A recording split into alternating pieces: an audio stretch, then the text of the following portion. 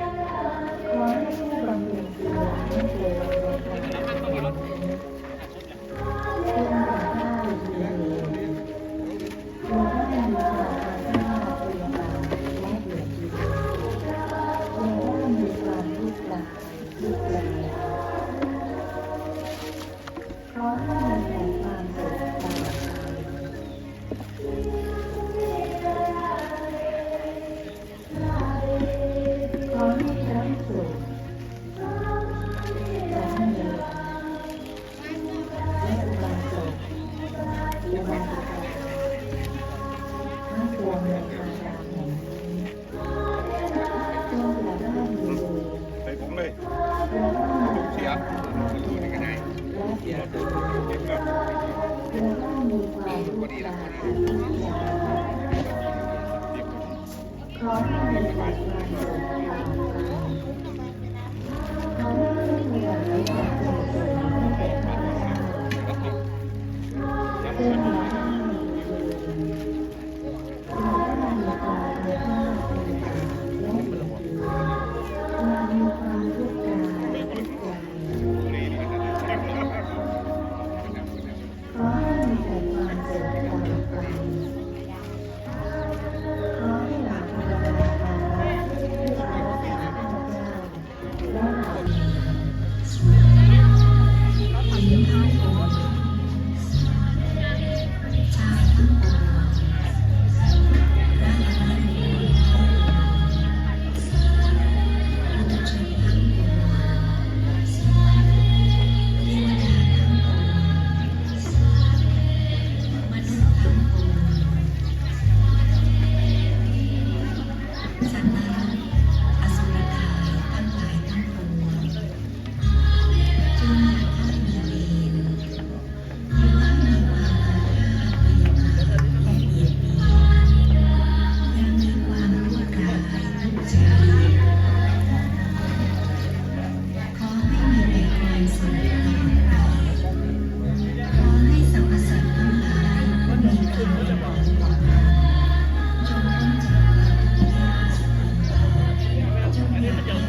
มีความสุขมีความสุขความเจริญที่ตนจะมีได้ขอสรรพสัตว์ทั้งหลายผู้มีธรรมเป็นของของตนที่อาศัยอยู่ในที่การชีวิตในที่สาธารณะ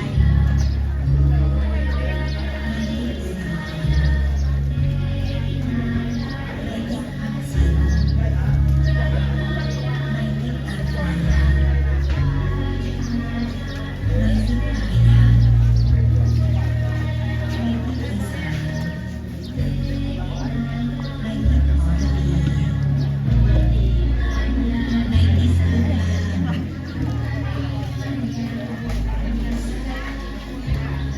ในที่เพื่อนหมู่ทั้งหลายทั้งปวง จงโอวาเลสุวันตรมจันตุเดวตานสัตตมังมุนิรายะสัสุนันตุสัพพะโมกขลาสัพเพธรรมเยจารุเมจริสิกขารตเตจันตาริเกวิมานิย เดเประเทจะกามิเอตรุณคานิเกหวัตุมิเกเตอุมาจยันตุเดวันจรตรมิสมิยาภวันคนาคานเทนันตาสันติเกยังมุนิ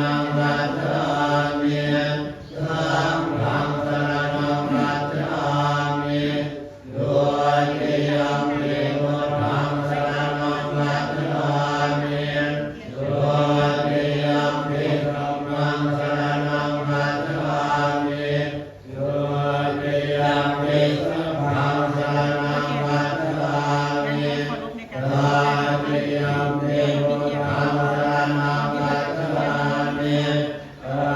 ติยัมปิธัมมังสรณังคัจฉามิติยัมปิสังฆังสรณังคัจฉามิ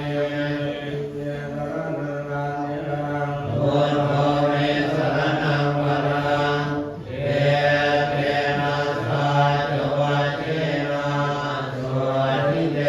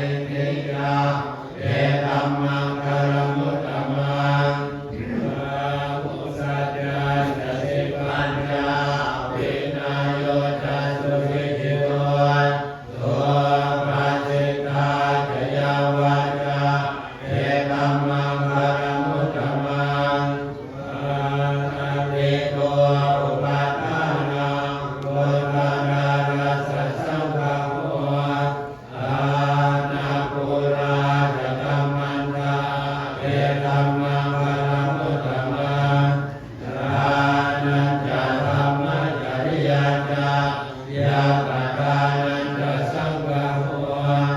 อานาวัจจานิกัมมานิเตตัมมังกัลมุตตมังอาระเมวิรเทปาปามัจจาปานายสัญญโมอาคัมมาโนจะทำเมสุเตตัมมังกัลมุตตมังอาระโพจานิวัตโตจาสันโนติตะตัญญุตาทาเลนะธัมมัสสวรรณังเอตัมมังกัลมุตตมังอันเตระโสจัสสะตาสัมมานันจรัสสนังอา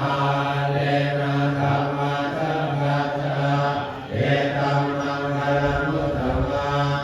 ธัมโมจักพระมัจจริยังจักอริยสัมมังพุทธัสสะโลกธัมเมหิเยสัญญาสานังกัมปะเตตาโสภังวิรัชังเขมังเอตัมมังกัลมุตตมังเยตาริสานิกัตถวานาสัมมัตตมังปะราชิตาสัมมัตตสุริกัตถันติตังเกสัมมากัลมุตตมังเยสุภะกวารังสัมมาสัมพุทโธเวชาจารณะสัมปันโนสุขโตโลกวิทูปานพุทธโลกุริสัทธรรมสานิสัตเทวมนุสสานังพุทโธภะคะวะเตสวากขาโตภะคะวะตาธัมโมสันเยติโตหะกันโตเอหิปัสสิโกโอมัณนะลิโกปัจจตังเวทิตาโวเรโยเยเยสุปฏิปันโนภะคะวะโตสาวกสังโฆสุปฏิปันโนภะคะวะโตสาวกสังโฆกายปฏิปันโนภะคะวะโตสาวกสังโฆสามีจิปฏิปันโนภะคะวะโตสาวกสังโฆยานิกังกตาริริสัพยุภานิอาถาปุริสัพพุกะลังเยสัพพะคะวะโตสาวกสังโฆภาหุนายโยภาหุนายโยทักขินายโยปัญจลิกัลลนิโยทานุตตรังวัญญาเจตังโลภัสสะติโยโหติทายังสุทายังมังคะเรอปาราติตาปันตังเกสีเสปัตตวิปุคะเรอภิเสเกสัมภะพุทธานังอังคัปปะพุทธะพุทธติสุนัขตังสุมังคลังสุขตัตังสุโหติตังสุขันโนสุโมโหตุจักขุเยียนทังพระมัจจาลิสุปตาทินังกายกรรมตา